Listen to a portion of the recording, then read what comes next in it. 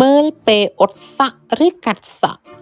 កាលណាចង់ឲ្យខ្លួនជាទីស្រឡាញ់ពេញចិត្តពីអ្នកទាំងពួងគប្បីជ្រើសរើសរកថ្ងៃមានរឹកប្រកបដោយសោភ័ណភាពសម្រាប់ទាញអារម្មណ៍របស់អ្នកទាំងឡាយក្នុងការឃើញរូបដោយនេត្រាផ្ទាល់ 1. អ៊ុតសក់ថ្ងៃអាទិត្យចោទជាលំអជាទីគួរឲ្យគេកោតស្ញប់ស្ញែង 2. អ៊ុតថ្ងៃច័ន្ទសម្ដៅមានសម្រស់អន់ថយមានគេរិះគន់ច្រើន 3. បើអ៊ុតថ្ងៃអង្គារបានថាសុខសាន្តមានគេសរសើរល្អ 4. អ៊ុតថ្ងៃពុធមានមន្ទិលសៅហ្មងណាស់គេនិយាយដើមច្រើន 5. អ៊ុតថ្ងៃប្រហ័សមានលៀបផលពីទីចិត្តទីឆ្ងាយ 6. អ៊ុតថ្ងៃសុក្រនឹងបានជាស្នេហ៍មុខកាត់ទាញអារម្មណ៍ 7. អ៊ុតថ្ងៃសៅរ៍ច្រើនអាស្រូវគេឈ្មោះច្រើនមានរឿងឆ្លោះប្រកែកនិយាយពីការកាត់សក់វិញ 1. បើកាត់សក់ថ្ងៃអាទិត្យមានសេរីជោគជ័យក្សេមក្សាន្ត 2. កាត់សក់ថ្ងៃច័ន្ទមានសិទ្ធិជោគបានក្សេមក្សាន្តដែរ 3. បើកាត់សក់ថ្ងៃអង្គារអព្រាស័យអបកិត្តិយស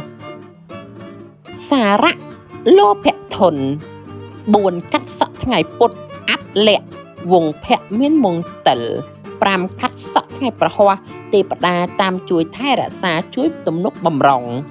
6. កាត់សក់ថ្ងៃសុក្រសន្មតថាមានសុវត្ថិភាពភោគទ្រព្យចម្រើនជានិរន្តរ៍ 7. កាត់សក់ថ្ងៃសៅរ៍មានលៀបជោគរាសីប្រសើរថ្កើងបនស័ក្តិអធិប្បាយកាត់សក់បុរាណនិយមគេឲ្យកាត់ថ្ងៃសៅរ៍5កើតឬថ្ងៃសៅរ៍5រោចថាថ្ងៃនេះគុណប្រសើរឈ្នះអស់មាសត្រូវបានជាទីនិយមដល់អ្នកទាំងពួងជាមហានិគមស្នេហ៍មុខយ៉ាងពិសេសមែនហងហេតុនេះការកាត់សក់គឺជាជោគមួយផ្នែកសម្រាប់ប្រមូលផ្សំនៅសោភ័ណភាព